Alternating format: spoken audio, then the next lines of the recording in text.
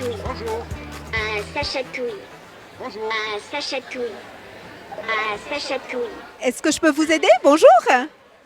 Madame, présentez-nous votre activité. Oui, alors moi, je représente la branche administration publique et plus spécifiquement les employés de commerce. Donc, c'est tout ce qui a trait à la branche administration publique. Donc, c'est les apprentis qui travaillent soit à la Confédération, à l'État de Neuchâtel ou dans les villes communes. D'accord. Est-ce qu'il y a pénurie dans ce domaine? Alors, on reçoit pas mal de dossiers de candidature, hein. Donc, c'est quand même un métier où les jeunes postulent. Donc, non, on reçoit des dossiers de candidature, donc on est assez content. Quels sont les critères pour exercer ces professions? Alors, les critères principaux, pour nous, c'est vraiment la motivation. Ça, c'est clair. Je pense que c'est comme dans tous les métiers. Quand un jeune est motivé, c'est beaucoup plus simple. Ensuite, il y a évidemment la personne, elle doit quand même être assez bonne à l'école, hein, surtout en français, puisque c'est quand même un apprentissage qui est assez exigeant. Et dans le domaine de l'administration publique, c'est vrai qu'on rédige beaucoup, on écrit beaucoup. Donc, voilà. Après, par rapport aux branches à niveau, on n'exige pas que des niveaux 2. Mais disons, il faut quand même être à l'aise au niveau scolaire pour pouvoir suivre notamment aux cours professionnels.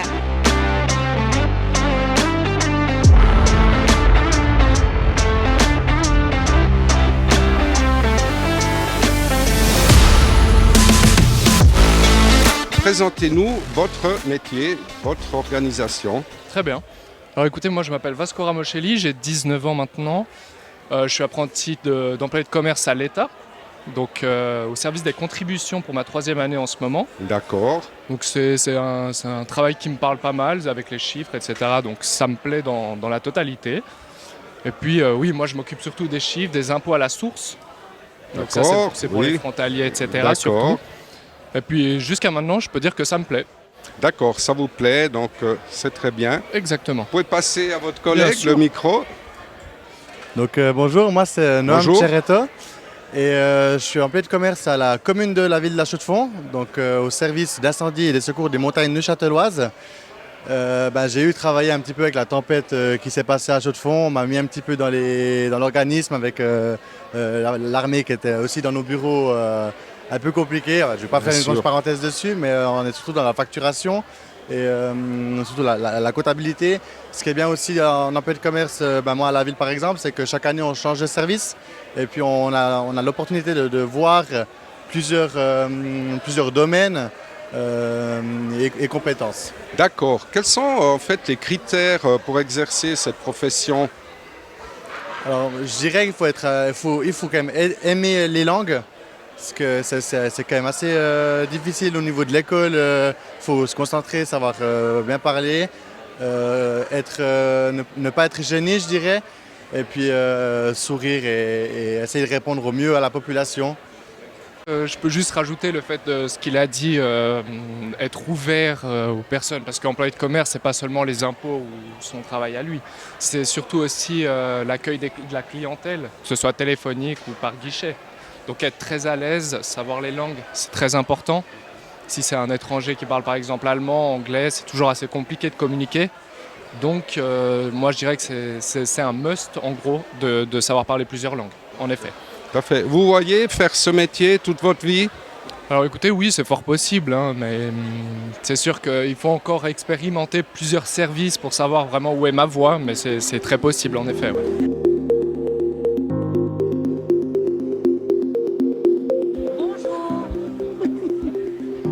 Salut Péppa. C'est qui ton amoureuse?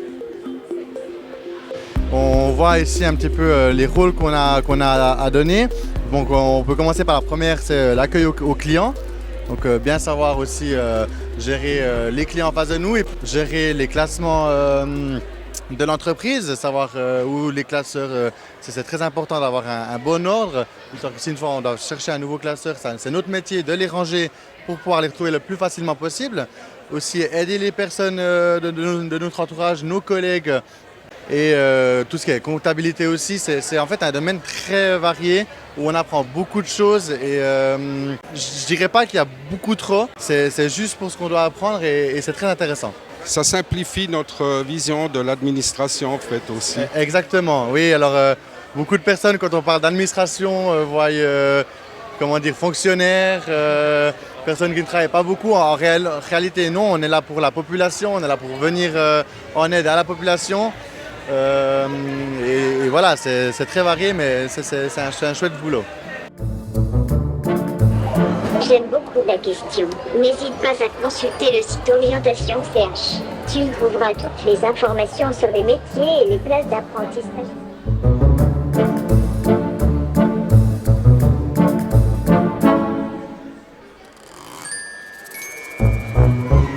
Je peux vous aider, monsieur? Bonjour, qu'est-ce que c'est? Bonjour, alors je suis en tant que gestionnaire du commerce de détail, donc dans la vente. Et puis cette roue, elle permet en fait de pouvoir se renseigner en fait dans les domaines. Parce qu'on est aussi en tant qu'employé de commerce sur le stand. Donc ici, c'est employé de commerce. Puis les enfants qui viennent doivent aller lire sur les plats ici derrière les informations, revenir vers nous, nous faire un résumé de ce qu'ils ont compris. Comme ça, nous, on peut leur refaire un feedback. Et l'appareil en vente, pas avec le plot là-bas au fond. Vous êtes apprenti? Oui, je suis apprentie en deuxième année en tant que gestionnaire du commerce de détail. Qu'est-ce qui vous a motivé à faire cette profession, entrer là-dedans? Alors moi, je voulais vraiment beaucoup avoir le contact avec les clients, avec les gens. Je suis quelqu'un d'assez sociable, donc je voulais avoir les gens quand même vers moi. Et puis, après plusieurs stages effectués, j'ai effectué en crèche, dans plusieurs domaines. Je me suis dirigée vers la vente qui était un milieu assez varié et le milieu qui me plaisait le plus. Qu'est-ce qu'il faut comme critère pour exercer dans cette profession? Alors, pour commencer l'apprentissage et pouvoir entrer dans l'école professionnelle, il faut avoir fini sa scolarité obligatoire et avoir signé un contrat d'apprentissage dans une entreprise. On est employé de commerce dans la type plein temps. On fait 3 ans de maturité et une année de stage. Donc dans les 3 ans de maturité, on va tous les jours à l'école. On fait de la comptabilité, de l'économie d'entreprise, de l'économie politique, tout ce qui touche à l'économie et un peu de droit aussi. Ensuite, on a les branches globales, français, allemand, anglais, etc.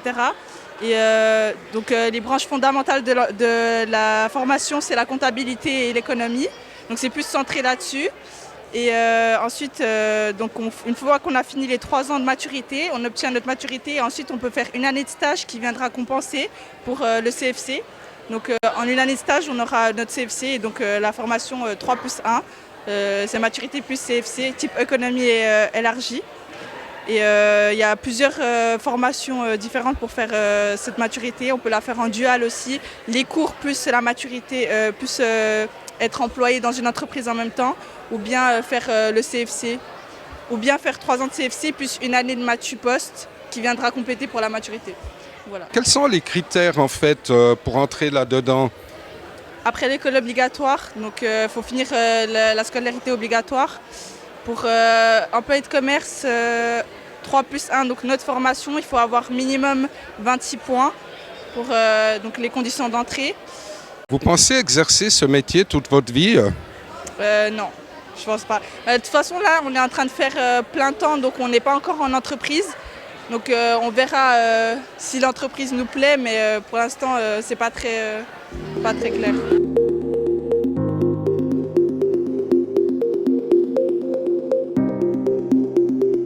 Alors moi je suis enseignante au CPNE, donc dans la formation qui est sur le pôle commerce et gestion, c'est-à-dire plutôt les CFC d'employés de commerce et les gestionnaires de commerce de détail. D'accord. Quels sont les critères pour exercer dans cette profession? Alors les critères, alors le premier c'est de trouver une place d'apprentissage, hein, on est d'accord. Après, je pense qu'il faut effectivement aimer le contact avec les personnes, être probablement à l'aise aussi pour s'exprimer. Et puis, je dirais pour la vente, il faut avoir une certaine, je pense, flexibilité et disponibilité vu les horaires aussi que les apprentis ont. Et pour le commerce, je pense qu'il y a vraiment cette aisance à pouvoir s'exprimer. Et puis après, ils développent tout au long de leur apprentissage dans différentes compétences, puisque le commerce est quand même très varié en termes d'emploi. Donc après, c'est tout au long des 3 ans qu'ils vont développer certaines compétences, je pense, plutôt. Bien sûr, il faut aimer le relationnel. Oui, je pense que c'est principal, oui. Merci beaucoup, madame, en tout cas.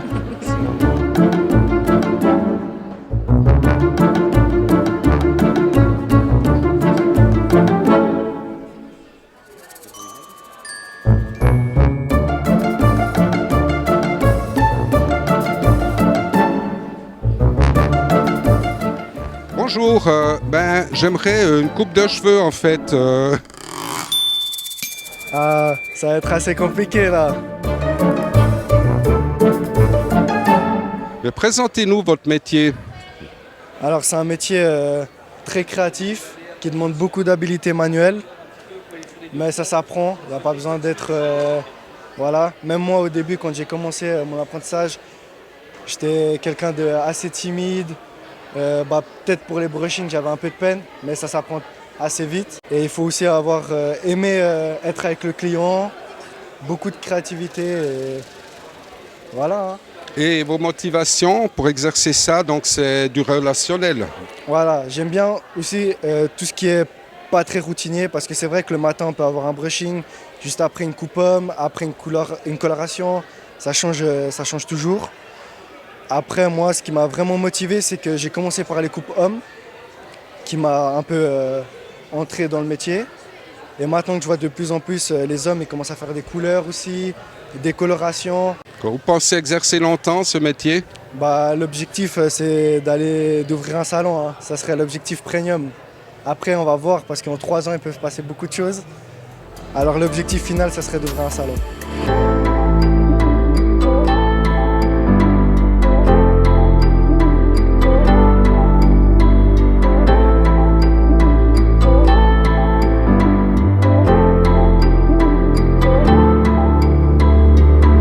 Est-ce que je peux vous aider? Est-ce que vous avez besoin de renseignements? Bonjour, présentez-nous votre métier. Alors, les métiers de la coiffure, donc nous avons 2 formations. On a une formation de 3 ans CFC et une formation de 2 ans AFP. La coiffure est un métier créatif, hein, les coiffeurs sont un peu des artistes. C'est une profession qui est apparentée à la mode, aux professions de la mode. Il faut avoir une bonne habileté manuelle et des compétences sociales aussi, puisqu'il y a beaucoup d'interactions avec la clientèle. Par contre, il ne faut pas que les jeunes aient peur s'ils sont un peu timides, parce qu'au départ, c'est normal. Et toutes ces compétences, elles vont s'acquérir et se développer pendant la formation. Alors ça, c'est déjà des critères principaux.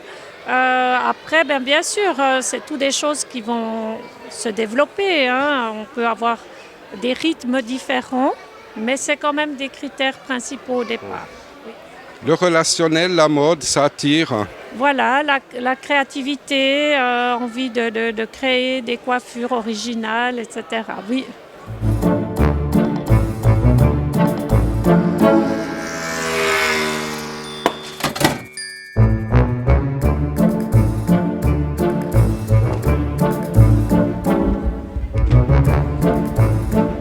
Est-ce que je peux vous aider, monsieur?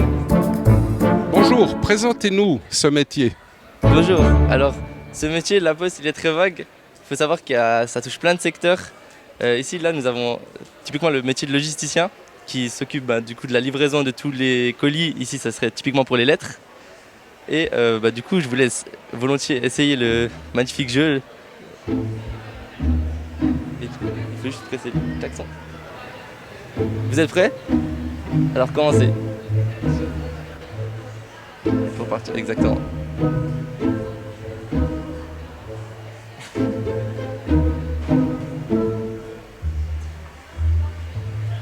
C'est pas facile, hein? Non, écoute, sur le métier, là c'est une illustration, mais il y a pas mal de règles à respecter, de la route ou comme ça.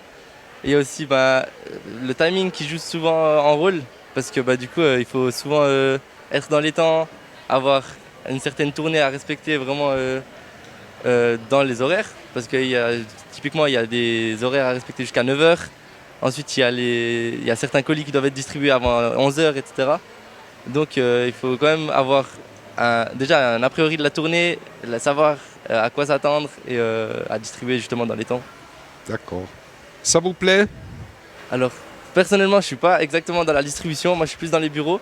Je suis employé de commerce et franchement, les offres que nous offre la Poste, moi je me plais beaucoup dans ce milieu. Vous pensez continuer ce métier longtemps? Alors là, je suis actuellement en 2e année d'apprentissage. Je me pose pas mal de questions par rapport à mon avenir parce que je ne sais pas si je veux continuer dans les études ou si je veux continuer dans la Poste. Mais c'est clairement une option que je prends en compte et puis pourquoi pas continuer directement à la Poste.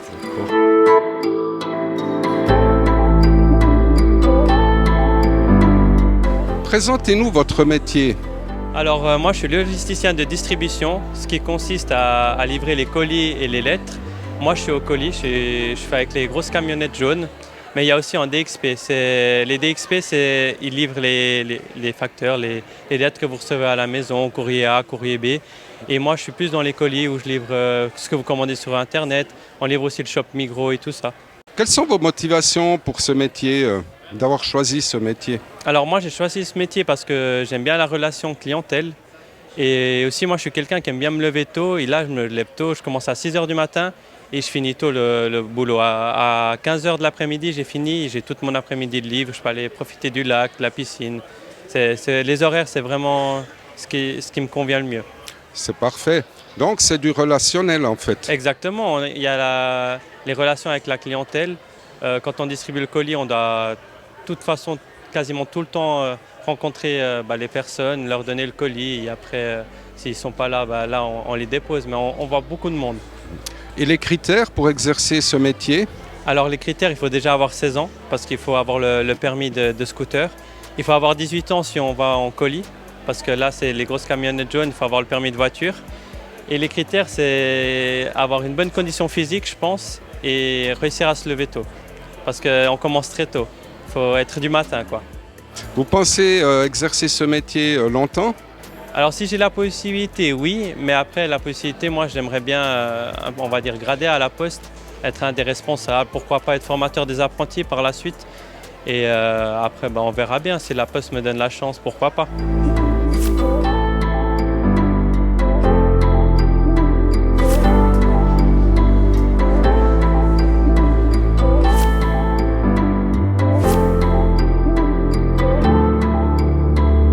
Présentez-nous ce métier de la Poste.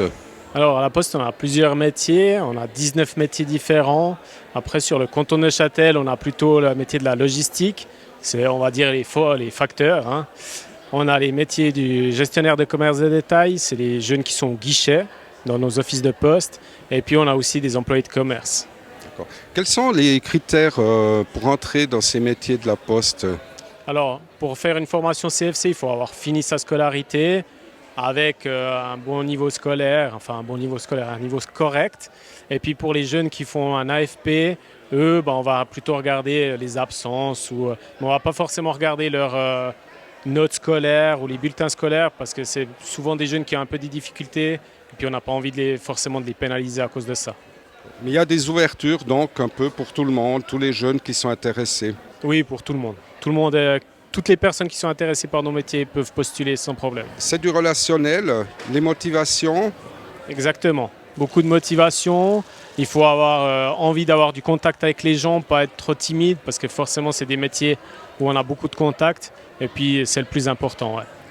Mais merci beaucoup. Merci à vous.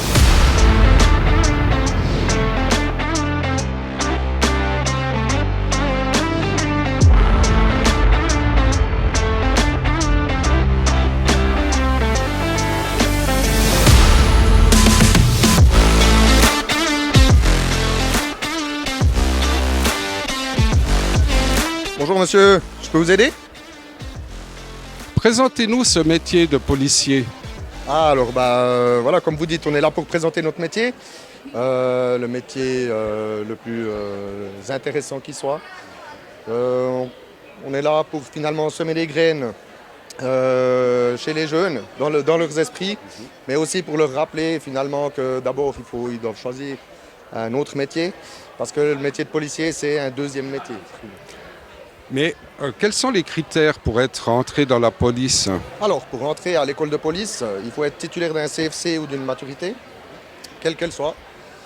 Et puis ensuite, il faut être de nationalité suisse ou permis C pour la police neuchâteloise. On accepte également les permis C. Il faut avoir une bonne réputation, une bonne condition physique et puis avoir le permis de conduire. D'accord. Donc motivation, bien sûr, toujours être motivé, c'est un relationnel. Tout à fait.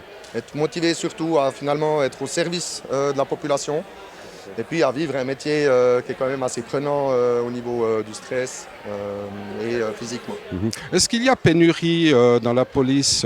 Non, on ne peut pas parler de pénurie actuellement. On trouve toujours le nombre d'aspirants qu'il nous faut. Peut-être qu'après le Covid, on doit mettre un peu plus d'efforts pour promouvoir notre métier, mais raison pour laquelle justement on est par ici à capacité. Merci beaucoup en tout cas. Je vous en prie.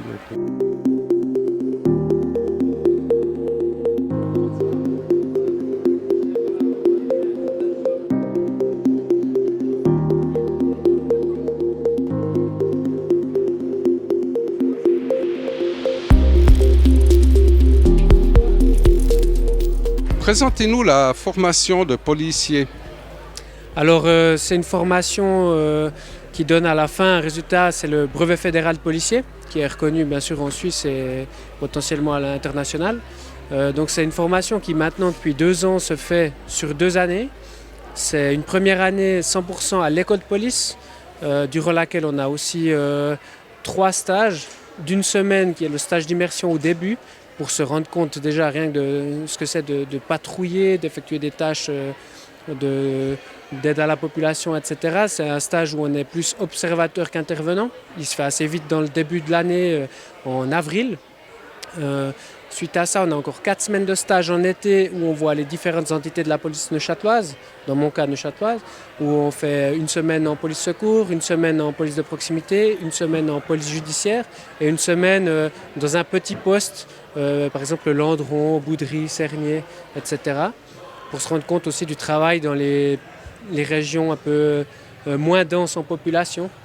Et puis on a encore un dernier stage en novembre qui est le stage d'intégration dans notre futur groupe, le stage d'affectation, où là on prend un peu déjà nos quartiers et puis on rencontre un peu nos futurs collègues au quotidien.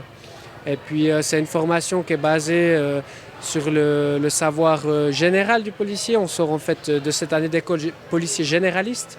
On sait un peu tout faire, mais on manque clairement d'expérience, un peu comme dans toutes les formations de métier.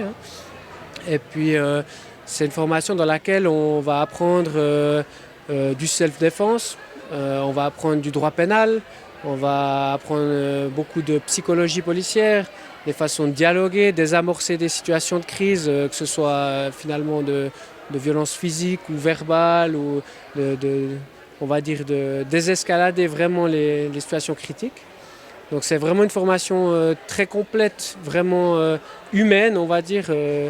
Et puis on est vraiment très bien encadré, c'est une formation d'adulte, vraiment c'est agréable à suivre. C'est une année particulière, il faut se faire au rôle de policier, je dirais que c'est le plus dur.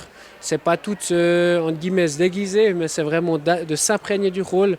Et on est vraiment bien encadré, bien soutenu. Et c'est vraiment, on commence après la 2e année de formation où on est considéré comme policier en formation, donc PEF.